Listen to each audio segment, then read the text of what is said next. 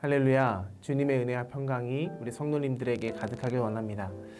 이번 하반기는 명화로 읽는 창세기라는 제목으로 성경 공부를 진행하려고 합니다. 우리가 창세기서는 말씀으로 많이 읽어봤을 텐데요. 하지만 이 창세기서를 읽고 묵상한 많은 믿음의 선배들 중에 특별히 화가들이 이 말씀을 그림으로 묘사를 했던 작품을 중심으로 창세기를 읽어봤던 경험은 많지 않을 것입니다. 그래서 이번에는 창세기서에 나오는 말씀의 그 단락단락을 가지고 그 단락에 담겨져 있는 그 메시지를 그림으로 묘사한 그 화가의 시선에서, 그 관점에서 말씀을 다시금 다른 관점으로 읽어보는 시간을 갖고자 합니다. 총 10번에 거쳐서 이번에는 강의를 진행할 건데요. 말씀에 담겨져 있는 그 많은 내용들 중에 특별히 우리가 주목해야 될 그 부분들, 거기서 그림을 가지고, 명화를 가지고 창세기를 다시 한 번 더 읽어보면서 우리가 놓쳤던 창세기 안에 담겨져 있는 그 메시지를 다시금 확인하는 시간을 가지려고 합니다. 오늘 첫 번째 시간인데 제가 기도하면서 오늘의 시간을 시작하도록 하겠습니다. 기도하겠습니다. 사랑해 주님 감사합니다. 2021년도 하반기에 창세기의 말씀을 또 많은 선지인들이 그렸던 그 명화를 가지고 묵상하고자 합니다. 우리가 문자로만 읽었던 하나님의 말씀을 그림으로 다시금 말씀의 깊은 그 은혜에 빠져들 때에 하나님, 우리가 놓쳤던, 또 우리가 알지 못했던 창세기서에 담긴 하나님의 은혜를 깨달을 수 있도록 은혜를 베풀어 주시옵소서. 가르치는 자나 또 듣는 자나 함께 참여하는 모든 자에게 하나님의 은혜를 주시고 또 이 시간을 통해서 우리의 믿음이 한층 성장해 나가는 은혜를 허락하여 주시옵소서. 예수님의 이름으로 기도드립니다. 아멘. 먼저 오늘 함께 읽을 말씀을 읽어볼 텐데요. 말씀을 제가 읽지 않고 또 자료를 통해서 말씀을 읽고자 합니다. 하지만 말씀을 읽을 때에 두 가지의 질문을 내어드리고 그 질문 안에서 이 말씀을 읽었으면 좋겠는데요. 첫 번째 질문은 처음 세상이 생기기 그 직전을 어떻게 묘사하고 있는지를 주목해서 이 말씀을 읽어봤으면 좋겠고요. 두 번째로는 창세기 1장과 2장에서 기록되어 있는 그 창조의 그 과정, 그 창조의 질서를 내가 나의 관점으로 한번 요약하자면 어떻게 말할 수 있을까라는 질문을 가지고 창세기 1장과 2장의 내용을 먼저 읽어봤으면 좋겠습니다. 창세기 제1장.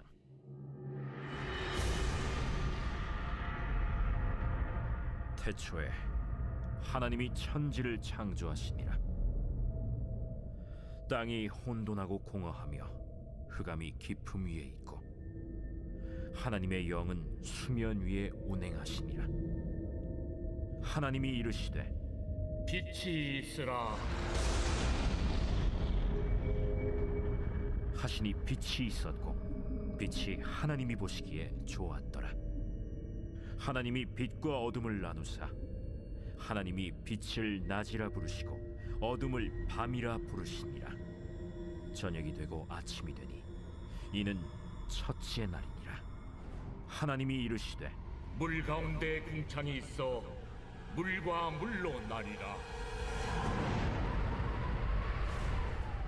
하나님이 궁창을 만드사 궁창 아래의 물과 궁창 위의 물로 나뉘게 하시니 그대로 되니라. 하나님이 궁창을 하늘이라 부르시니라. 저녁이 되고 아침이 되니 이는 둘째 날이니라. 하나님이 이르시되 천하의 물이 한 곳으로 모이고 묻이 드러나라 하시니 그대로 되니라.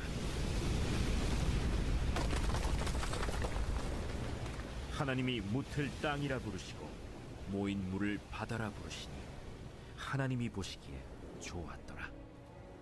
하나님이 이르시되 땅은 풀과 씨 맺는 채소와 각기 종류대로 씨 가진 열매 맺는 나무를 내라. 하시니 그대로 되어 땅이 풀과 각기 종류대로 씨 맺는 채소와 각기 종류대로 씨 가진 열매 맺는 나무를 내니 하나님이 보시기에 좋았더라. 저녁이 되고 아침이 되니 이는 셋째 날이니라. 하나님이 이르시되 하늘의 궁창에 광명체들이 있어 낮과 밤을 나뉘게 하고 그것들로 징조와 계절과 날과 해를 이루게 하라. 또 광명체들이 하늘의 궁창에 있어 땅을 비추라. 하시니 그대로 되니라.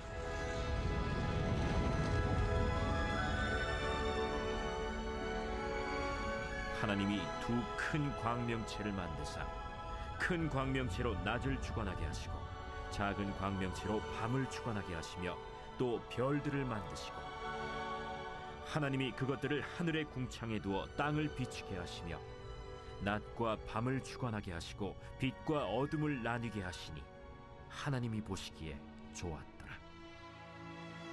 저녁이 되고 아침이 되니 이는 넷째 날이니라.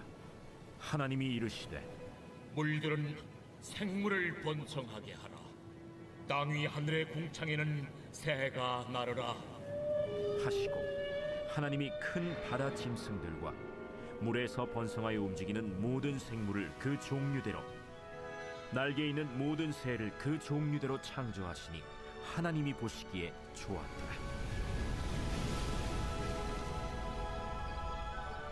하나님이 그들에게 복을 주시며 이르시되 생육하고 번성하여 여러 바닷물에 충만하라. 새들도 땅에 번성하라. 저녁이 되고 아침이 되니 이는 다섯째 날이니라. 하나님이 이르시되 땅은 생물을 그 종류대로 내되 가축과 기는 것과 땅의 짐승을 종류대로 내라.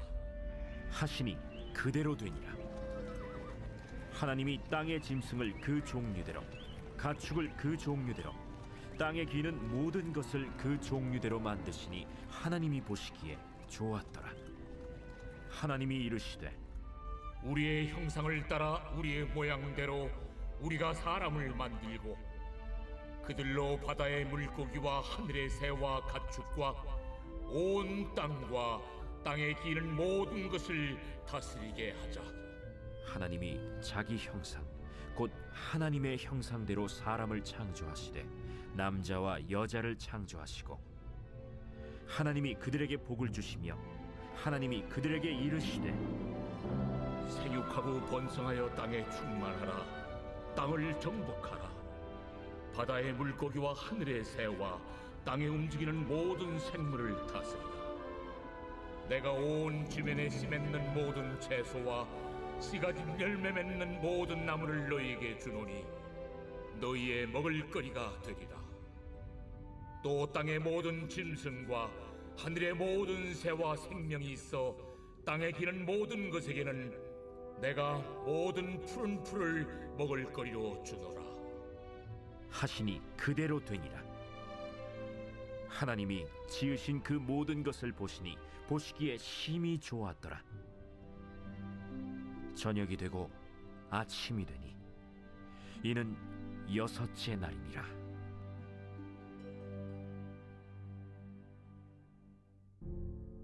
제2장.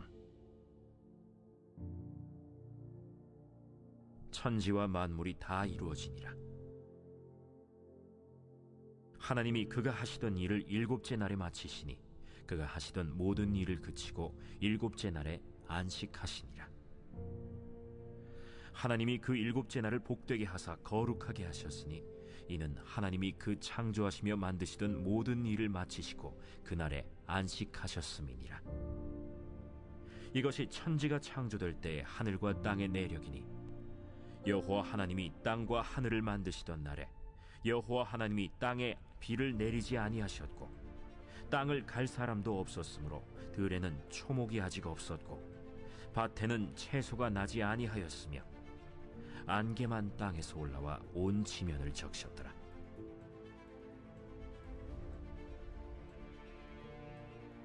여호와 하나님이 땅의 흙으로 사람을 지으시고 생기를 그 코에 불어넣으시니 사람이 생명이 되니라. 여호와 하나님이 동방의 에덴의 동산을 창설하시고 그 지으신 사람을 거기 두시니라. 여호와 하나님이 그 땅에서 보기에 아름답고 먹기에 좋은 나무가 나게 하시니 동산 가운데에는 생명나무와 선악을 알게 하는 나무들이더라. 강이 에덴에서 흘러나와 동산을 적시고 거기서부터 갈라져 네 근원이 되었으니 첫째의 이름은 비손이라. 금이 있는 하윌라 온 땅을 둘렀으며 그 땅의 금은 순금이요 그곳에는 베델리엄과 호마노도 있으며 둘째 강의 이름은 기혼이라. 구스 온 땅을 둘렀고 셋째 강의 이름은 히데겔이라. 아수르 동쪽으로 흘렀으며 넷째 강은 유브라데더라. 여호와 하나님이 그 사람을 이끌어 에덴 동산에 두어 그것을 경작하며 지키게 하시고 여호와 하나님이 그 사람에게 명하여 이르시되 동산 각종 나무의 열매는 네가 임의로 먹되 선악을 알게 하는 나무의 열매는 먹지 말라. 네가 먹는 날에는 반드시 죽으리라. 사람이 혼자 사는 것이 좋지 아니하니 내가 그를 위하여 돕는 배필을 지으리라. 여호와 하나님이 흙으로 각종 들짐승과 공중에 각종 새를 지으시고 아담이 무엇이라고 부르나 보시려고 그것들을 그에게로 이끌어 가시니 아담이 각 생물을 부르는 것이 곧 그 이름이 되었더라. 아담이 모든 가축과 공중의 새와 들의 모든 짐승에게 이름을 주니라. 아담이 돕는 배필이 없으므로 여호와 하나님이 아담을 깊이 잠들게 하시니 잠들매 그가 그 갈빗대 하나를 취하고 살로 대신 채우시고 여호와 하나님이 아담에게서 취하신 그 갈빗대로 여자를 만드시고 그를 아담에게로 이끌어오시니 아담이 이르되 이는 내 뼈 중에 뼈요 살 중에 살이라. 이것을 남자에게서 취하였은즉 여자라 부르리라. 이러므로 남자가 부모를 떠나 그의 아내와 합하여 둘이 한 몸을 이룰지로다. 아담과 그의 아내 두 사람이 벌거벗었으나 부끄러워하지 아니하니라.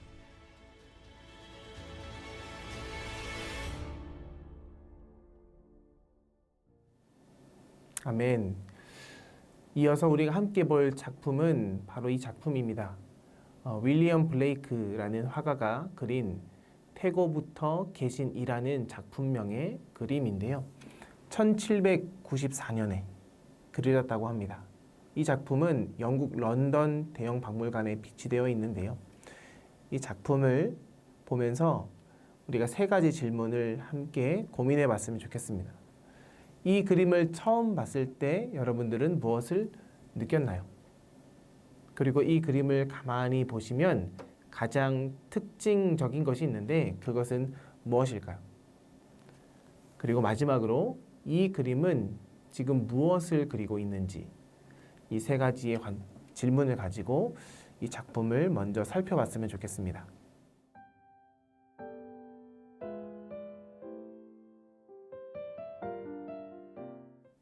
이제 우리가 이 작품을 가지고 다시 창세기 1장과 2장을 생각해 보면서 성경 본문을 묵상해 보고자 하는데요. 구약 성경의 첫 번째 책인 창세기, 이 창세기부터 그리고 두 번째 책인 출애굽기까지 이스라엘의 기원을 설명하고 있는 내용이 바로 이 창세기와 출애굽기에 담겨져 있습니다. 우리가 이 기원을 생각해 볼 때 단지 성경 안에서만 창조의 이야기를 우리가 찾기보다는 이 기원과 그리고 세상에서 말하는 세상의 기원 이야기를 함께 교차해서 살펴볼 때에 창세기에 담긴 이 세상의 시작, 하나님께서 세상을 창조하신 그 목적을 더 온전히 깨달을 수가 있습니다. 세상의 기원을 다룬 이야기가 성경에만 있진 않지요. 다른 많은 고대 근동의 문헌에도 기록되어 있습니다. 현재까지 고대 근동의 창조 이야기의 내용이 창세기에 담겨져 있는 하나님의 창조보다 훨씬 더 오래되었다라고 학자들이 말하고 있는데요. 가령 고대의 메소포타미아의 언어 가운데 하나인 아카드어가 있습니다. 그 아카드어로 기록된 토판이 있는데요. 그 토판의 이름은 바로 에누마 엘리시입니다. 이 에누마 엘리시에도 창조에 대한 이야기가 기록되어 있죠. 이 이야기는 주전 18세기 함무라비 임금 시절 때 고대 바벨론 시대의 것으로 여겨지고 있습니다. 이 에누마 엘리시라는 그 토판의 첫 구절에는 위에서 하늘이 아직 일컫기 전에, 이 문장에 나오는 위에서 뭐뭐 할 때라는 그 의미가 에누마 엘리시인데, 이 에누마 엘리시라는 언어부터 이 토판이 시작됩니다. 이 토판은 모두 7개의 토판으로 이루어져 있죠. 그래서 그 토판 안에는 어떻게 세상이 창조되어 있는지 당시의 세상 사람들의 세계관이 담긴 창조 설화가 기록되어 있습니다. 그 내용을 우리가 먼저 좀 살펴볼 필요가 있는데요. 왜냐하면 세상 사람들이 보는 창조의 목적이 바로 이 토판 안에 담겨져 있기 때문입니다. 이 토판, 에누마 엘리시라는 이 토판의 내용을 지금 한번 살펴보고자 합니다. 위에서 하늘이 아직 이름 지어지지 않았을 적에 아래에 굳은 땅이 아직 그 같은 이름으로, 땅이라는 이름으로 불리기 전에 신들의 창조자인 태고의 압수라는 신이 있었습니다. 그리고 그들 모두를 낳는 문무라는 티아맛이라는 신이 있었습니다. 압수와 티아맛 신이 처음에 있었다라고 이 에누마 엘리시에는 기록되어 있죠. 그들의 물이 한 덩이로 섞여 있었을 때에, 즉 다른 신들이 아직도 태어나기도 전에, 그들의 이름도 지어지지 않았던 그 순간, 바로 그때 그들은 창조를 했다라고 말합니다. 그 이야기를 계속해서 설명하자면 이렇게 되는데요. 처음 세상에는 압수 그리고 티아맛이라는 두 신이 세상의 두 축을 이루고 있었다라고 합니다. 그런데 이 두 존재 사이에서 신들이 태어나는 거죠. 하늘의 신인 아누, 땅의 신인 에아가 태어납니다. 압수라는 이 만물의 신, 그 많은 압수라는 그 신은 그가 만든 많은 신들이 내는 소음 때문에 그 신을 없애버릴 계획을 세웁니다. 근데 이것을 에아라는 신이 듣게 되고, 땅의 신이죠. 그 에아가 압수를 잠들게 한 뒤에 그 압수를 죽이죠. 바로 여기서 바벨론 신화에서 가장 중요한 마르둑이라는 신이 등장합니다. 그 마르둑은 죽은 압수의 심장에서 태어난 에아의 아들입니다. 압수, 그 남편인 압수를 잃은 티아맛, 바닷물의 신이죠. 압수의 아내였던 그 티아맛과 그리고 이 에와와의 신의 전쟁이 펼쳐집니다. 왜냐하면 압수가 죽었기 때문이죠. 티아맛이 자신의 남편이 죽자 11종류의 그 바다 괴물들을 만들죠. 그 가운데 킹구라는 그 신을 앞세워서 에아의 자손인 그 마르둑과 대결을 펼칩니다. 신들의 회의에서 결국 마르둑 신이 지지를 얻어내죠. 그래서 본인이 자신의 뛰어난 능력으로 티아맛을 죽입니다. 신들의 지지도 얻었고 그리고 티아맛도 죽게 되자 마르둑이 모든 힘의 중심에 서게 되죠. 그리고 티아맛을 죽인 다음에 그 시체를 둘로 가르고 한쪽을 하늘 위에 세웁니다. 그리고 하늘 위에 물이 있는데 그 물이 쏟아지지 않도록 거기에 가두죠. 그리고 나머지의 그 형상을 가지고 딸들을 만듭니다. 그리고 질서를 세우죠. 이후에 티아맛이 자신의 눈을 열어서 유프라테스 강과 티그리스 강, 이 강에 물이 흐르게 합니다. 나머지 신들에게는 각각의 별자리를 주어서 그 별자리에 머물게 하고 질서를 유지하게 하죠. 그리고 나서 마르둑이 티아맛의 신하였던 그 킹구를 처형하고 나서 그 피로 신들을 섬길 인간을 만듭니다. 그리고 그 신들은 킹구를 묶어서 에아 앞에 끌고 나가게 되죠. 그들은 그의 핏줄을 끊어서 형벌을 내립니다. 결국엔 인간이 창조되는데 그 창조의 목적은 인간들이 신을 섬기게 하기 위해서 에아와 마르둑과 같은 신들을 섬기게 하기 위해서 창조되었다라고 에노마 엘리시, 바벨론 신화, 바벨론 창조 설화에는 기록되어 있죠. 즉 에노마 엘리시, 여기서 말하는 세상의 창조는 신들의 갈등 속에서 빚어진 부산물이라는 것입니다. 더욱이 인간은 오로지 신들을 위한 존재로만 창조되었다라고 말하고 있죠. 고대 사회의 많은 사람들이 그런 세계관 속에서 자신들이 태어난 목적이 신들을 섬기기 위해서 태어났고 그들은 평생에 신들을 섬겨야 된다고 생각하면서 살았던 것이죠. 즉 바벨론 신화에서 말하는 그 신화, 창조 설화, 신들의 이야기는 그들의 권력 다툼의 이야기라는 것입니다. 달리 말하자면 신들의 정치 권력을 유지하기 위해서, 신들은 자신의 힘을 유지하기 위해서 전쟁을 일으켰고 그리고 그 결과로 인간이 창조되었는데 인간들은 이것을 이용해서 또한 자신들의 정치의 권력을 유지하기 위한 수단으로 이 설화를 이용했다라는 것입니다. 그러니 신들을 섬기기 위해서 인간들이 태어났고 그리고 인간들은 동일하게 인간들이 섬기고자 하는 그 신들을 섬길 때에 그 가운데에 또 다른 존재가 필요했는데 임금, 나라를 다스리는 통치권자, 그들을 통해서 신을 섬겨야 된다라고 생각했던 것이죠. 인간의 창조 목적이 신들의 노예였다라는 것입니다. 그럼 성경은 무엇이라고 말하고 있는 것일까?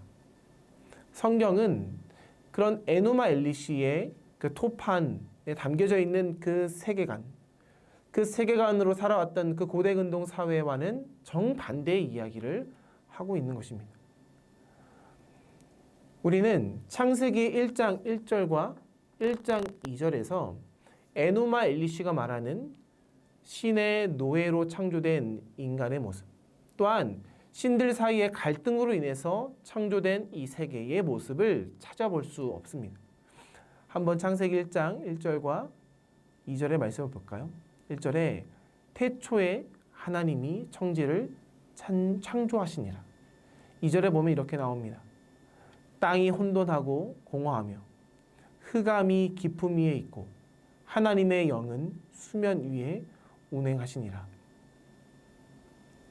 많은 사람들이 이 2절의 상황을 보면서 성경이 에노마 엘리시의 영향을 받았고 그리고 여기서 말하는 흑암, 땅이 혼돈하고 공허하며 흑암이 깊음 위에 있고 이 흑암이 티아맛 사이에서 유사성이 있다라고 생각하면서 에노마 엘리시의 많은 영향을 받아서 창세기가 지어졌다라고 말하고 있습니다.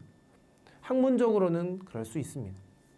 그런데 우리가 주목하고 싶은 내용은 무엇이냐면 성경이 보다 더 나중에 기록되어 썼다라고 할지라도 하나님이 바벨론 신화 아래에 종속되어 있다라고 볼 수는 없습니다.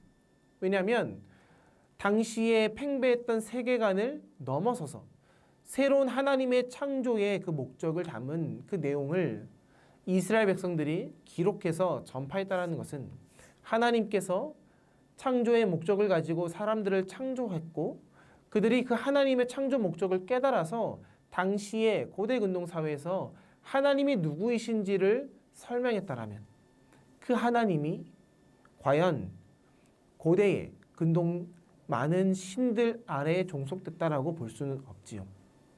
하나님이 천지를 창조하셨고 그 하나님이 창조하신 그 창조의 섭리를 사람들이 잊고 있다가 하나님께서 사람들에게 그 창조의 목적을 가르치시고 당시에 팽배했던 그 고대 근동 사이에 그 세계관을 전복시키는 그 복음의 메시지를 성경을 통해서 전했다라고 우리는 이해할 수 있다는 것입니다. 보십시오. 1장 1절에 태초에 하나님이 천지를 창조하시니라. 여기에는 그 어떤 전쟁도 없습니다. 여기에는 하나님이 원하시는 창조의 목적으로 태초에 세상을 만들었다라고 말합니다. 그리고 2절에 보면 세상에는 그 땅에는 혼돈하고 공허할 때에는 하나님의 영이 이미 수면 위에 운행하고 있다라고 기록합니다. 우린 여기서 당시의 모든 신들을 말했던 그런 다신교적인 인본주의적인 그 신화를 거부하고 있던 그 창세기의 그 이야기를 우리는 볼 수 있습니다. 성경이 그리는 창조주 하나님은 하나님과 대항하는 신들과 싸워서 이겨서 존재하는 그런 하나님이 아니라는 것입니다. 창세기는 오직 한 분 하나님께서 그들과 상관없이 세상의 질서를 만들었다라고 말합니다. 이런 의미에서 오늘 우리가 함께 보았던 그림, 윌리엄 블레이크의 그 그림, 이 그림은 눈여겨볼 만하지요. 그는 18, 19세기의 신비주의 시인이었습니다. 그리고 화가였죠. 그는 다음과 같은 그림을 그렸는데요. 당시에 윌리엄 블레이크는 기존의 전통적인 화풍을 거부하고 자신만의 독특한 세계관으로 그림을 그립니다. 주로 판화와 수채화를 그렸는데요. 그는 자신의 그 창세기의 그 환상, 그리고 하나님께서 세상을 창조하였을 때의 그 자유의 그 자유함을 이 그림에 담았습니다. 하지만 아쉽게도 당대에는 이 그림의 평가를 잘 받지 못했는데요. 하지만 오늘날에 있어서 이 그림이 재조명될 수 있었던 그 이유는 바로 하나님께서 고대 근동 사회에 그 많은 신들이 담겨져 있던 세계관을 넘어서서 하나님께서 하나님 되심, 창조주 하나님의 그 원래의 목적을 잘 표현해낸 그림이기 때문에 오늘의 이 그림은 다시금 재조명받고 있습니다. 이 그림의 제목이 뭐라고요? 태고부터 계신 이라는 제목을 가지고 있습니다. 이 그림을 잘 보면 하나님께서 컴퍼스를 들고 땅을 만들고 있는 모습을 볼 수 있습니다. 하나님께서 컴퍼스를 들고 있는 그 모습, 이것은 잠언 8장 27절의 말씀에 바탕을 두고 그린 건데요. 잠언 8장 27절 말씀을 먼저 한번 살펴보겠습니다. 개역개정에는 이렇게 나와 있습니다. 그가 하늘을 지으시며 궁창을 해면에 두르실 때에 내가 거기 있었고. 새번역 성경에 보면 좀 다르게 표현되어 있는데요. 새번역 성경 잠언 8장 27절에는 주님께서 하늘을 제자리에 두시며 깊은 바다 둘레에 경계선을 그으실 때에도 내가 거기에 있었다라고 말합니다. 세번역본에 보면 경계선이라고 합니다. 경계선. 그것은 히브리어로 후그라고 하는데요. 이 후그는 광야에서 보는 지평선의 그 원을 말하는 것입니다. 따라서 이 본문에서 그분께서 경계선, 즉 후그를 깊은 바다 위에 그리실 때에 하나님께서는 수평선뿐만이 아니라 지평선까지 하나님은 바다와 땅, 하늘과 땅 모두를 창조하셨다라는 그 표현을 바로 이 컴퍼스를 통해서 표현한 것입니다. 왜냐하면 고대 사람들은 지구가 평평하다라고 생각했던 사람들입니다. 지구가 둥글다라고 생각한 지는 얼마 되지 않지요. 고대인들에게 이 지구는, 이 땅은 지평선, 수평선, 지구의 끝이 있는, 지구의 한계가 있는 땅이었던 것입니다.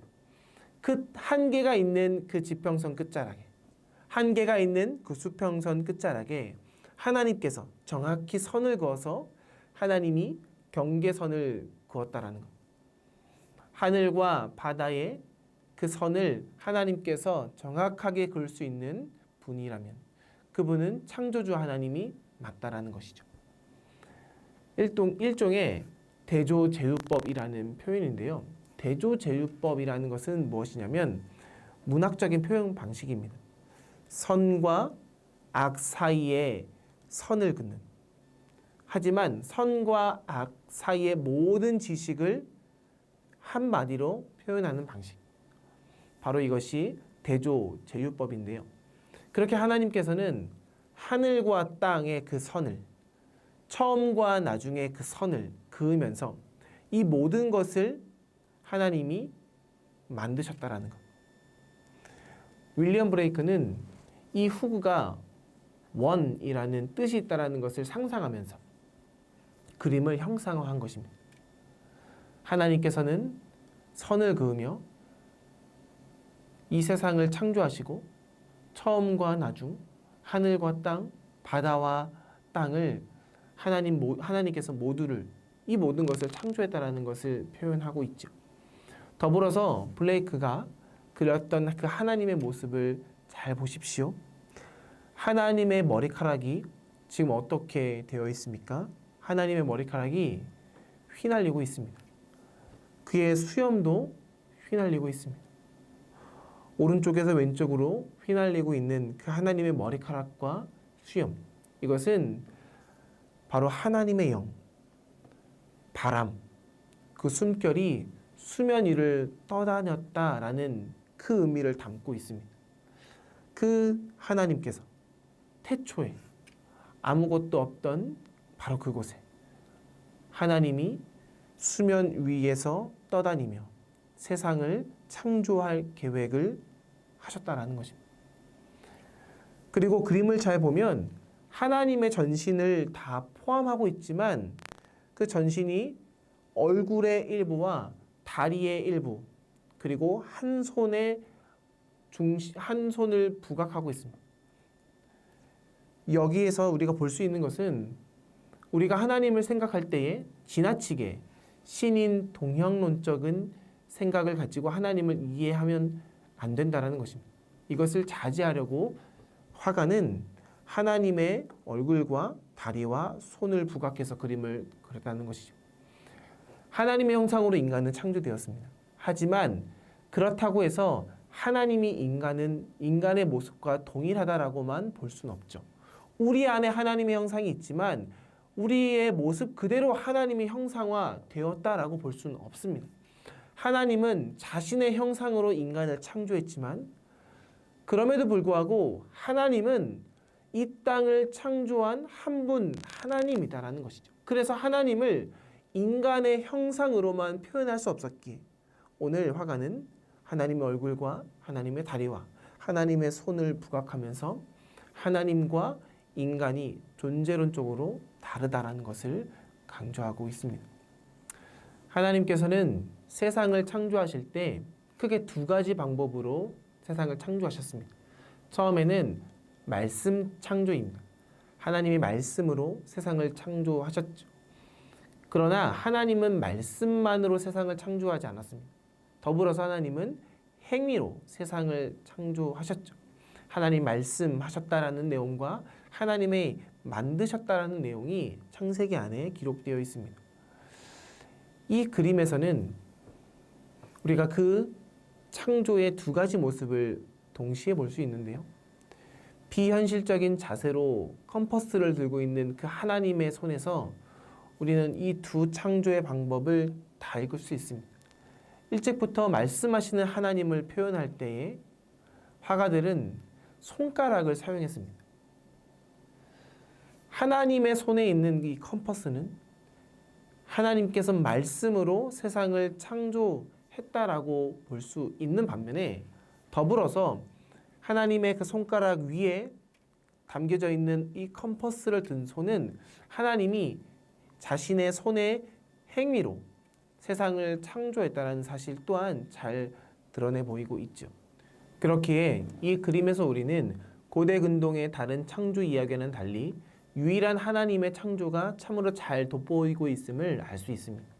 그리고 신중하면서도 근엄한 하나님의 얼굴에서 인간을 자신의 형상과 모양에 따라 신중하게 만드신 그 하나님의 마음을 읽어낼 수 있지요.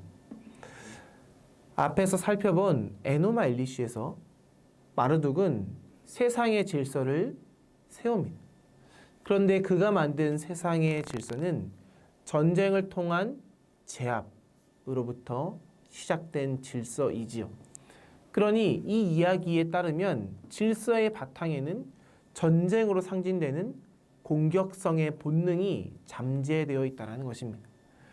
공격적인 그 본능이 잠재되어 있는 그 세상에는 서로가 서로를 죽이고 약육강식의 방식으로만 자신의 생명을 유지할 수 있는 그 세계관이 담겨져 있지요. 하지만 창세기 이야기에 나오는 하나님은 세상을 창조하실 때 보시기에 좋았다라고 말합니다. 그러니 하나님의 창조 질서는 무엇입니까? 토부입니다. 보시기에 좋은 창조입니다. 창조의 질서의 그 내면에는 좋았다라는 의미가 담겨져 있습니다. 창세기 1장에만 보더라도 바로 이 토부라는 단어가 7번 나옵니다. 그러니 하나님이 세상을 창조한 방식에는 공격성이 아니라 사랑이 있습니다. 하나님은 토부의 하나님이십니다. 하나님은 본인이 좋으신 분이시기 때문에 그 좋으심이 이 땅에 살아있는 모든 피조물들에게도 담겨져 있길 원하셨습니다. 하나님의 형상대로 창조된 우리 안에는 그 토부가 있습니다. 우리 또한 좋아질 수 있습니다. 아니, 우리는 좋은 사람입니다. 세상에 있는 모든 창조물 또한 좋은 피조물입니다. 그러니 서로 상생할 수 있습니다. 서로 화목할 수 있습니다. 서로 행복할 수 있습니다. 이것이 바로 하나님의 창조 질서라는 것입니다. 오늘 이 그림을 통해서 창세기 1장, 창세기 2장에 담겨져 있는 하나님의 창조의 목적을 우리가 살펴보았습니다. 그것은 바로 사랑이요, 토부요, 서로 함께 화목할 수 있는 창조의 질서라는 것입니다. 또한 우리가 창조된 이유는 신의 노예로서 창조된 것이 아니라 하나님과 함께 연합하기 위해서, 그 토부에 속하기 위해서, 하나님과 좋은 관계를 유지하기 위해서 우리는 창조되었다는 것을 오늘 이 그림을 통해서 우리는 창세기 1장을 통해서 다시금 깨달을 수 있다는 것입니다. 이제 두 번째로 살펴볼 작품은 틴토레토의 동물의 창조입니다. 틴토레토의 그림 동물 창조는 하나님의 창조를 잘 보여줍니다. 이 그림은 당시의 매너리즘 화풍이 무엇인지를 또한 잘 보여주고 있죠. 여기서 매너리즘이란 그 용어를 우리가 이 화풍 안에서 이해할 필요가 있는데요. 매너리즘 화풍이 생긴 이유는 15세기의 위대한 예술가들 때문입니다. 15세기의 위대한 예술가들은 우리가 너무나 잘 아는 레오나르도 다빈치, 미켈란젤로 부오나로티, 라파엘로, 티치아노와 같은 예술가들이었죠. 그들을 이른바 콰트로첸토라고 불렀는데요. 16세기에 이 젊은 미술가들은 바로 이러한 콰트로첸토를 맹목적으로 따라 그렸습니다. 그래서 그들을 향해서 부정적인 의미를 담아서 표현했던 그 말이 바로 매너리즘 화풍입니다. 그러나 이것이 그들에게 주는 또 다른 의의가 있었는데요. 당시에 매너리즘 화풍의 화가들은 틴토레토를 비롯한 많은 화가들이었는데요. 그들은 이런 훌륭한 르네상스 화가들, 15세기의 그 르네상스 화가들과는 달리 다른 색채, 다른 모습으로 그림을 그렸습니다. 자연적인 형태와 색채를 대담하게 그리는 그런 르네상스 화가와는 달리 그들은 자신이 감동받은 부분, 그 부분을 극적으로 그리고 환상을 강조하는 특징으로 그림을 그렸죠. 단순한 묘사보다는 주제를 강조해서 그림을 그렸던 화가들이 바로 매너리즘 화풍의 화가입니다. 그래서 오늘 우리가 보는 이 그림은 바로 화가가 자신이 감동받고 있는 그리고 감동받았던 그 그림을 그 내용을 더 부각해서 이 작품에 담아내고 있다는 것을 염두에 두고 우리가 이 작품을 볼 필요가 있다는 것이죠. 틴토레토는 별칭입니다. 그의 본명은 자코포 로브스티입니다. 그가 틴토레토라는 별칭이 붙었던 이유는 그의 아버지가 직물 염색업자였기 때문인데요. 이 염색업자라는 말이 바로 틴토레라는 말입니다. 그래서 그는 틴토레토라는 별칭으로 그림을 그렸죠. 이 작품에서 매너리즘의 경향을 잘 드러내면서 그림을 그렸는데요. 이 그림을 잘 보시면 틴토레토가 구사하는 그 원근법이 한가운데가 아니라 대각선으로 깊숙이 들어가는 그 기법을 사용하고 있다는 것을 볼 수 있습니다. 그래서 이 그림에서는 수평선 오른쪽에서 왼쪽으로 터져나가고 있는 그 구도를 우리가 볼 수 있죠. 그림을 잘 보시면 각각의 동물들이 사실적으로 묘사하고자 했지만 이 그림들은 지극히 비현실적입니다. 그래서 이 그림을 보는 우리는 이 그림의 주제에 보다 집중할 수 있죠. 이 그림은 창조의 다섯째 날과 여섯째 날 일부를 말하고 있는 창세기 1장 20절에서 25절의 내용을 형상화하고 있습니다. 이 그림이 어떤 특징을 가지고 있느냐? 먼저 전체 그림의 구도를 드러나게 해주는 그 하나님이 가운데 있습니다. 그리고 하나님 주변에 후광이 나타나고 있죠. 그래서 하나님은 다른 피조물들과 구별됩니다. 앞에서 언급한 대로 하나님의 말씀의 창조는 중세의 전통대로 검지와 중지를 편 오른손으로 묘사하지요. 하지만 이 그림에서 가장 눈에 띄는 것은 그 손이 아니라 창조 이야기의 순서입니다. 창조 이야기의 순서를 보여주려고 화가는 더욱더 노력하고 있다는 것입니다. 창세기 1장 20절에서 25절의 그 내용을 보면 동물 창조의 순서가 나옵니다. 첫 번째가 물고기요. 그리고 그 다음이 새, 그리고 마지막으로 땅에 사는 짐승입니다. 그림을 잘 보면 물고기와 새들은 일정한 방향으로 움직이는 데 반해 땅에 사는 짐승들 가운데 몇몇은 다른 방향을 향하고 있음을 우리는 알 수 있습니다. 왜일까요? 이것은 다섯째 날에서 여섯째 날로 넘어가는 그 순간 찰나를 표현한 것으로 우리가 볼 수 있다는 것입니다. 이런 의미에서 볼 때 하나님의 그 말씀, 하나님의 말씀에 의해서 창조된 이 세상, 즉 동물들은 하나님의 그 창조의 방향에 순종한다라는 것을 알 수 있습니다. 동물들이 다른 방향, 한 방향으로 향하고 있다라는 그 말은 어떤 의미일까? 그것은 앞에서도 말씀드렸다시피 토부의 하나님, 좋으신 하나님께서 만드신 그 세상의 그 질서에 순종하고 있다는 것입니다. 즉 좋으신 하나님이 만드신 그 하나님의 좋은 창조 질서가 이 땅에 임할 때 모든 피조물들이 그 하나님의 창조의 질서대로 살아간다라는 것이죠. 바로 여기서 인간의 창조도 이어집니다. 창세기 1장 27, 28절 말씀을 우리가 보시면 이렇게 되어 있죠. 하나님이 자기 형상, 곧 하나님의 형상대로 사람을 창조하시되 남자와 여자를 창조하시고 하나님이 그들에게 복을 주시며 하나님이 그들에게 이르시되 생육하고 번성하여 땅에 충만하라. 땅을 정복하라. 바다의 물고기와 하늘의 새와 땅이 움직이는 모든 생물을 다스리라 하시니라. 좋으신 하나님, 토부의 하나님, 그 하나님의 좋으신 창조 질서를 우리가 잘 표현된 그 구절을 찾는다면 창세기 2장 15절에서 찾아볼 수 있습니다. 창세기 2장 15절 말씀이 이렇게 나와 있죠. 여호와 하나님이 그 사람을 이끌어 에덴 동산에 두어 그것을 경작하며 지키게 하시고, 하나님은 사람을 이끌어 그 땅에서 경작하게 하시고 지키라 라고 명령하셨습니다. 이 두 표현의 뜻은 하나님께서 창조하신 이 피조 세계를 우리가 그림에서 보는 것 같이 하나님의 좋으신 뜻에 걸맞게 잘 가꾸고 잘 보존하라는 말일 것입니다.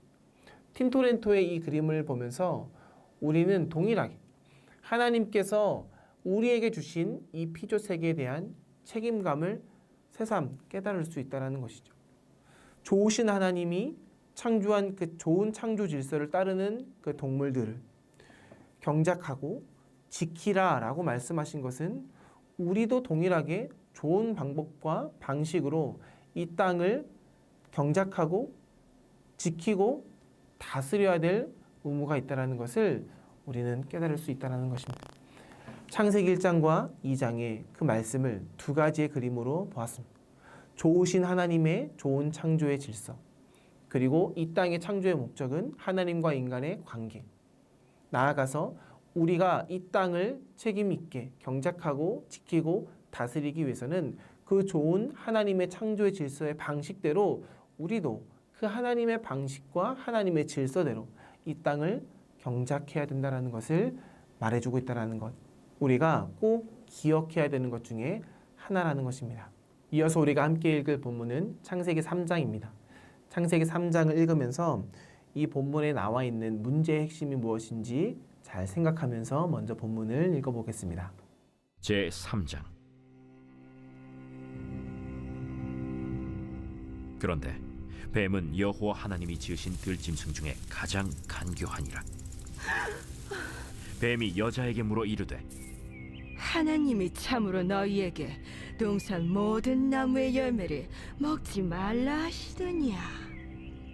동산 나무의 열매를 우리가 먹을 수 있으나 동산 중앙에 있는 나무의 열매는 하나님의 말씀에 너희는 먹지도 말고 만지지도 말라, 너희가 죽을까 하노라 하셨느니라. 너희가 결코 죽지 아니하리라. 너희가 그것을 먹는 날에는 너희 눈이 밝아져 하나님과 같이 되어 선악을 알 줄 하나님이 아심이니라. 여자가 그 나무를 본즉 먹음직도 하고 보암직도 하고 지혜롭게 할 만큼 탐스럽기도 한 나무인지라. 여자가 그 열매를 따먹고 자기와 함께 있는 남편에게도 주매 그도 먹은지라. 이에 그들의 눈이 밝아져 자기들이 벗은 줄을 알고 무화과 나무 잎을 엮어 치마로 삼았더라. 그들이 그날 바람이 불 때 동산에 거니시는 여호와 하나님의 소리를 듣고 아담과 그의 아내가 여호와 하나님의 낯을 피하여 동산 나무 사이에 숨은지라. 여호와 하나님이 아담을 부르시며 그에게 이르시되 내가 어디 있느냐? 내가 동산에서 하나님의 소리를 듣고 내가 벗었으므로 두려워하여 숨었나이다. 누가 너의 벗었음을 내게 알렸느냐? 내가 네게 먹지 말라 명한 그 나무 열매를 내가 먹었느냐? 하나님이 주셔서 나와 함께 있게 하신 여자, 그가 그 나무 열매를 내게 주므로 내가 먹었나이다. 여호와 하나님이 여자에게 이르시되 네가 어찌하여 이렇게 하였느냐? 뱀이 나를 꿰므로 내가 먹었나이다. 여호와 하나님이 뱀에게 이르시되 네가 이렇게 하였으니 네가 모든 가축과 들의 모든 짐승보다 더욱 저주를 받아 배로 다니고 살아있는 동안 흙을 먹을지니라. 내가 너로 여자와 원수가 되게 하고 내 후손도 여자의 후손과 원수가 되게 하리니 여자의 후손은 내 머리를 상하게 할 것이요 너는 그의 발꿈치를 상하게 할 것이니라.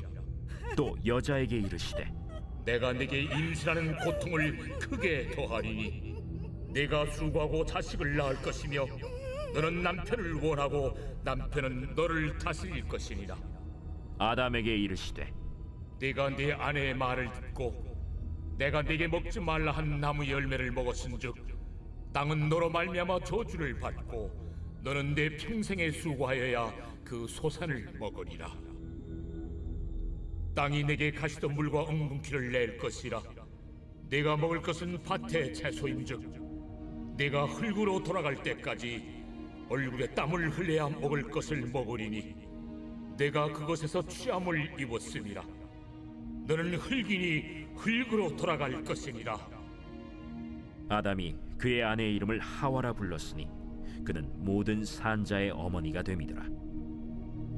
여호와 하나님이 아담과 그의 아내를 위하여 가죽옷을 지어 입히시니라.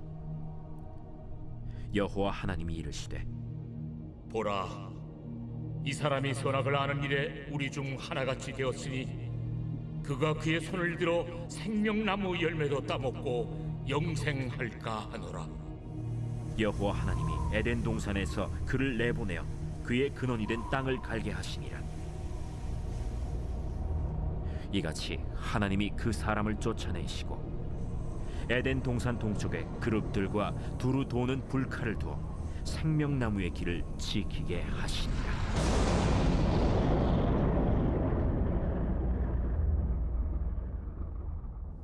아멘. 이어서 우리가 함께 살펴볼 그림은 니콜라 푸생의 봄이라는 작품입니다. 1660년경에 그렸다고 보는 이 그림은 바로 창세기 3장의 내용을 담고 있죠. 이 그림, 우리가 평소에 상상했던 창세기 3장의 그 본문의 내용과 다른 점이 있다면 무엇이 있을까? 우리가 한번 이 내용을 살펴보면서 창세기 3장과 또 그 본문의 내용을 우리가 깊이 묵상했으면 좋겠습니다. 하나님께서 한 사람에게 임무를 맡기시죠. 땅을 다스리고 또 그 땅의 그 피조물들에게 이름을 지어주라고.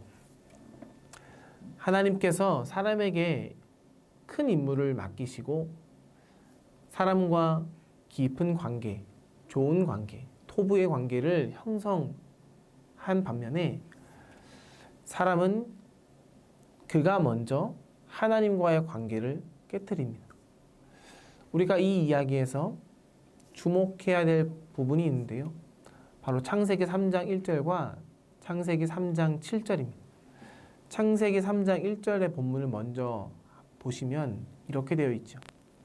그런데 뱀은 여호와 하나님이 지으신 들짐승 중에 가장 강교하니라. 여기서 강교하다, 강교하니라 라는 이 말의 히브리어는 아롬이라는 히브리어입니다.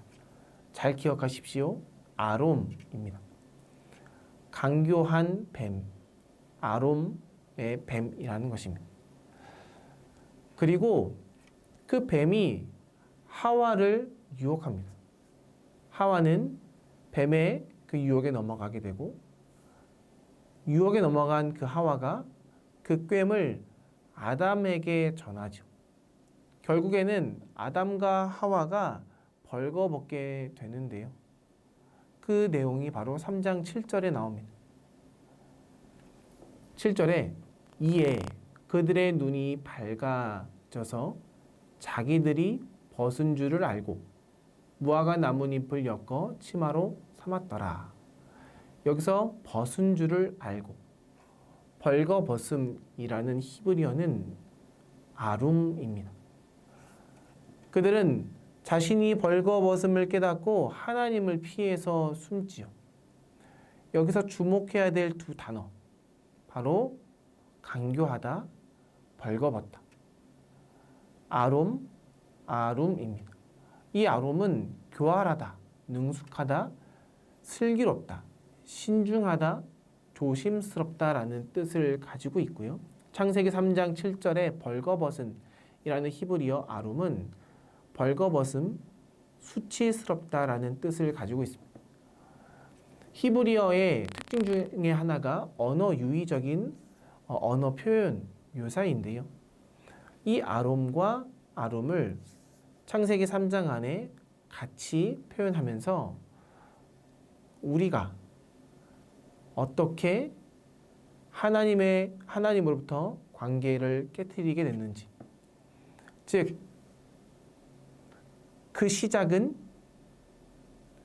무엇으로부터 그 끝은 무엇으로 이어졌는지, 쉽게 말해서 교활한 뱀이 인간을 하나님으로부터 멀어지게 하면서 그 인간이 결국 어떤 존재가 되는지를 설명한다는 것입니다. 슬기로운 그 뱀이, 교활하고 능숙하고 신중하고 조심스러운 뱀, 한마디로 슬기로운 그 뱀이 인간을 수치스럽게 만든 것입니다. 과연 뱀만 슬기로웠을까요? 그가 유혹하죠. 하와를 유혹합니다. 하와도 아담을 유혹합니다. 아담과 하와가 뱀의 유혹에 넘어간 그 이유는 그들이 스스로 슬기롭게 되기 위하였다라는 것입니다.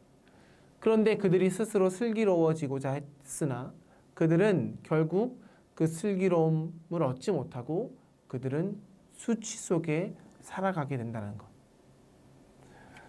이 슬기로움과 수치스러움을 하나로 묶어서 오늘 화가 니콜라 푸생은 바로 봄이라는 작품을 그립니다. 푸생이 살았던 그 시대, 그는 프랑스 화가였는데요. 당시에는 완벽한 균형을 중요하게 여겼던 시대입니다. 그래서 당시에 많은 화가들이 황금 분할과 같은 기하학적인 원칙을 바탕으로 그림을 구성했습니다. 그 황금 분할, 짧은 부분 대 긴 부분의 그 비율, 그리고 긴 부분 대 전체 선 길이의 비율, 이것이 일치하도록 만드는 그 원칙, 그 원칙을 지키면서 당시에 많은 화가들이 그림을 그렸는데요. 오늘 푸생도 그런 균형미를 자신의 그림에서 잘 묘사했습니다. 푸생이 자신의 말년에 사계절의 연작을 그림으로 그렸는데요. 봄, 여름, 가을, 겨울이라는 그림을 그렸는데 그 중에 하나가 바로 우리가 보고 있는 이 봄이라는 작품입니다. 봄은 에덴 동산의 이야기를 주제로 하고 있고, 여름은 룻과 보아스의 이야기, 그리고 가을은 가나안 정탐 직후의 모습, 마지막으로 겨울은 노아의 홍수의 이야기를 담고 있죠. 이 가운데 오늘 우리가 살펴볼 그 작품은 봄이라는 그림인데요. 이 그림을 보면 우리는 구름 위를 날아가는 하나님의 모습, 근데 특히 하나님의 뒷모습을 볼 수 있습니다. 그리고 에덴 동산의 나무들을 볼 수 있고요. 바위의 윗부분을 이어주는 어떤 선분을 볼 수 있습니다. 그리고 지평선의 그 가로선을 볼 수 있죠. 하나님이 위치한 부분이 어디입니까? 오른쪽 위입니다. 그 오른쪽 나무로 이어지는 어떤 선의 묘사가 있는데요.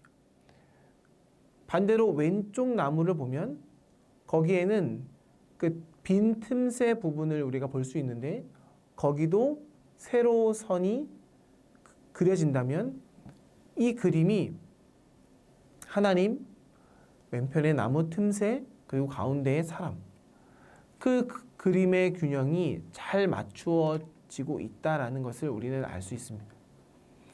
우리가 이 그림에서 본문과 관련해서 눈여겨볼 필요가 있는 것은 세 가지입니다. 첫 번째는 화면의 대부분을 차지하는 것이 에덴 동산이라는 것입니다. 이 그림에서 우리가 본문과 관련하여 눈여겨볼 필요가 있는 부분이 있는데요. 첫 번째로는 화면의 대부분을 차지하는 에덴 동산이라는 겁니다. 여기에서도 앞에서 말씀드렸던 균형미를 잘 느낄 수 있지요. 하나님께서 이 피조 세계를 만드실 때 가장 균형 잡힌 채 그 아름다움을 유지한 채 하나님이 이 창조를 좋은 창조를 했다라는 것, 우리는 이것을 볼 수 있고, 두 번째로 푸른 하늘의 구름인 듯 어렴풋이 하늘로 날아가는 그 하나님의 모습, 그 모습을 그려 놓았다라는 것입니다. 창세기 2장 15절에 하나님께서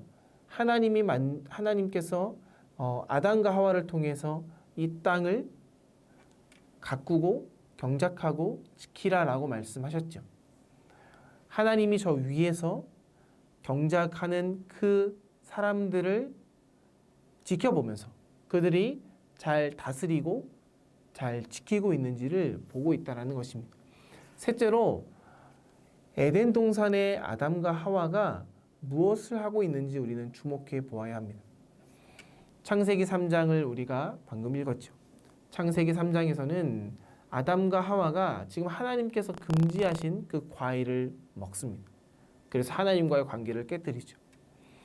지금 그림에서는 하와가 이미 과일을 먹은 뒤에 아담을 유혹하는 장면이 묘사되고 있습니다. 바로 여기서 우리는 두 가지를 읽어낼 수 있는데요. 먼저 아담과 하와가 에덴 동산을 차지하고 있는 크기입니다. 푸생이 말년에 이 그림을 그렸다라고 했습니다. 풍경화에 그가 관심을 가지면서 그는 우주 안에서 자연과 인간이 갖는 위치에 많은 관심을 두었는데요. 여기서 그의 관심이 잘 드러납니다. 아담과 하와는 그림의 극히 작은 일부로 그려집니다. 그는 에덴 동산이라는 큰 자연의 작은 부분을 차지할 뿐입니다. 인간이 하나님과의 관계가 깨어지고 나면 그가 수치를 느끼면서 그가 얼마나 보잘것없는 존재인지를 깨닫게 되었다라고 성경에는 나와 있습니다. 그래서 그는 자신의 인생을 포기할 수밖에 없는 그런 나락에 빠지죠. 하지만 이 그림을 잘 보면 인간은 큰 자연의 작은 일부분이라는 것입니다. 그러니 그가 지은 그 죄는 참으로 크고 참으로 감당할 수 없는 죄이지만 하나님이 만드신 이 창조의 그 사랑 안에서 그 죄는 충분히 포용될 수 있고 충분히 감싸줄 수 있다는 것을 우리는 깨달을 수 있습니다. 그리고 두 번째로 우리가 이 그림에서 뱀을 볼 수 없다는 것입니다.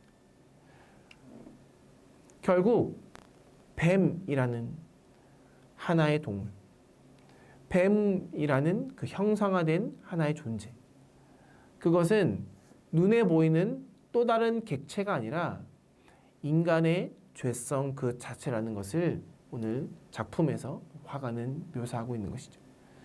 죄는 뱀이라는 존재 때문에 시작된 것이 아니라 우리의 내면에 이미 있다라는 것을, 우리 인간의 죄성이 바로 뱀의 또 다른 모습이다라는 것을 오늘 작품에서 우리는 볼 수 있다는 것이죠. 그러니 죄가 형상화가 됐을 때 그것은 너의 탓이 아니라 바로 내 탓이라는 것입니다. 나의 것으로 인지하고 하나님 앞에 회개할 때 이 거대한 이 에덴 동산의 작은 포션을 차지하는 그 인간이 하나님의 큰 사랑 안에 우리의 모든 죄가 하나님의 사랑 안에서 녹아들 수 있다는 것을 우리는 이 작품을 통해서 알 수 있다는 것이죠. 그래서 아무리 큰 죄일지라도 우리 안에 정말 지울 수 없는 죄가 있을지라도 하나님의 그 창조의 질서 안에서 우리는 누구나 용서받을 수 있다는 것을 우리는 기억해야 된다는 것입니다. 마지막으로 우리가 살펴볼 작품은 마사초가 그린 낙원에서 쫓겨나는 아담과 하와라는 작품입니다.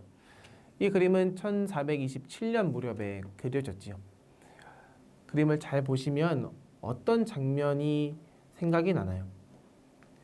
또 이 그림에서 가장 인상 깊은 부분은 무엇일까요? 이 그림은 하나님과의 관계를 깨트린 그 인간이 에덴 동산에서 쫓겨나는 그 상황을 묘사한 것입니다. 에덴 동산이 하나님과 인간의 올바른 관계, 즉 피조 세계와의 올바른 관계를 상징하고 있다면 지금 아담과 하와가 쫓겨나서 앞으로 살아갈 곳은 그 관계가 깨어진 곳을 말합니다. 이곳에서 아담은 일을 해야 합니다. 그리고 하와는 아이를 낳아야 합니다. 하나님의 좋은 창조 질서 속에 살아갔던 그 인간이 그곳에서 쫓겨나면서부터 그 좋은 창조 질서 안에서 살아갈 수 있을지 아닐지 아담과 하와는 알지 못합니다. 그들의 미래는 굉장히 불확실하게 되죠. 그래서 그들 마음속에는 두려움이 있었을 것입니다. 그 두려움이 그들을 지배합니다. 바로 이런 아담과 하와의 마음을 우리는 이 그림을 통해서 잘 읽어낼 수 있죠.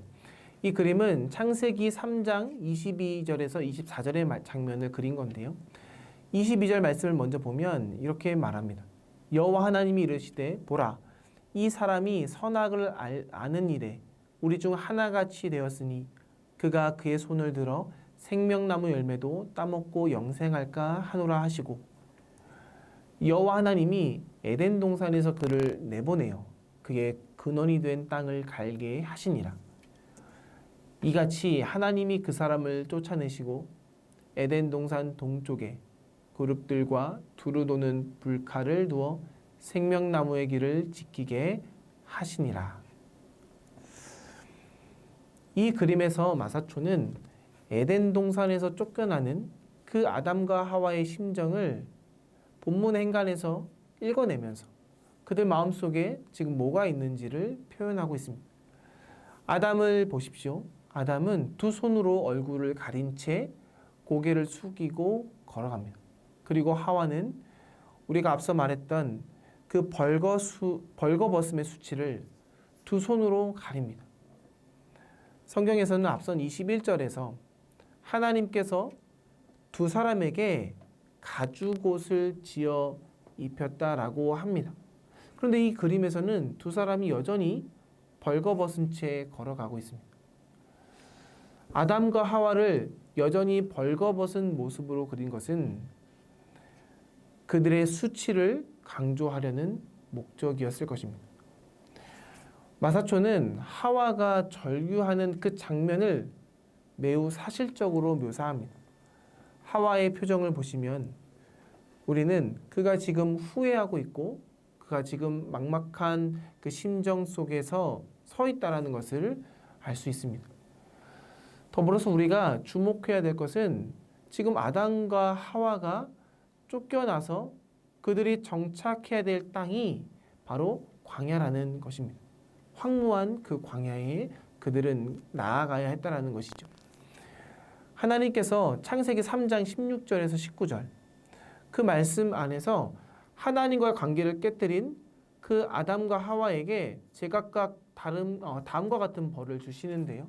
16절 말씀을 보시면 이렇게 나옵니다. 또 여자에게 이르되 내가 내게 임신하는 고통을 크게 더하리니 내가 수고하고 자식을 낳을 것이며 너는 남편을 원하고 남편은 너를 다스릴 것이니라 하시고 17절에 아담에게 이르시되 내가 내 아내의 말을 듣고 내가 내게 먹지 말라 한 나무의 열매를 먹었은즉 땅은 너로 말미암아 저주를 받고 너는 내 평생에 수고하여야 그 소산을 먹으리라. 18절에 땅이 내게 가시덤불과 엉겅퀴를 낼 것이라. 내가 먹을 것은 밭의 채소인즉 내가 흙으로 돌아갈 때까지 얼굴에 땀을 흘려야 먹을 것을 먹으리니 내가 그것에서 취함을 입었음이라. 너는 흙이니 흙으로 돌아갈 것이니라 하시니라.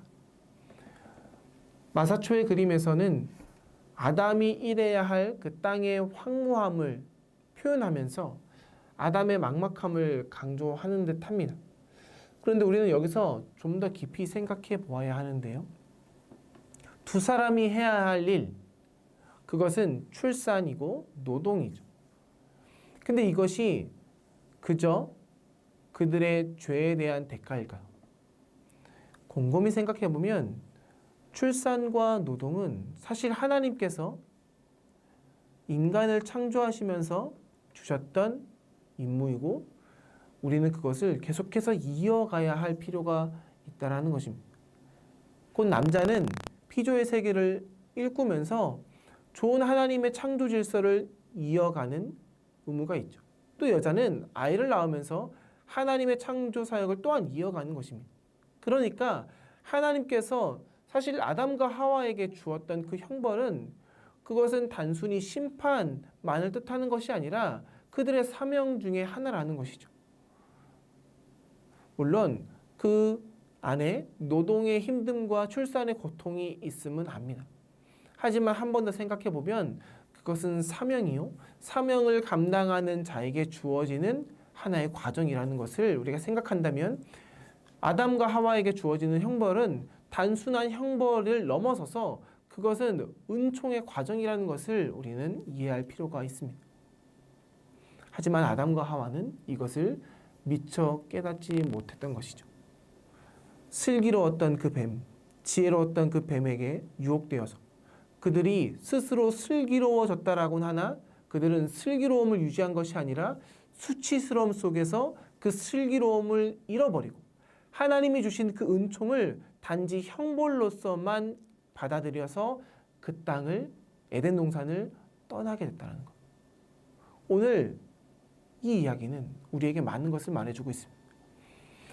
우리가 수치스러워 우리가 벌거벗어서 그 수치스러움 속에서 살아간다면 우리는 그 수치스러움 때문에 하나님이 주신 그 은혜와 은총을 잊어버릴 수 있다는 것입니다. 우리가 거듭해서 잘못을 저지를 수 있습니다.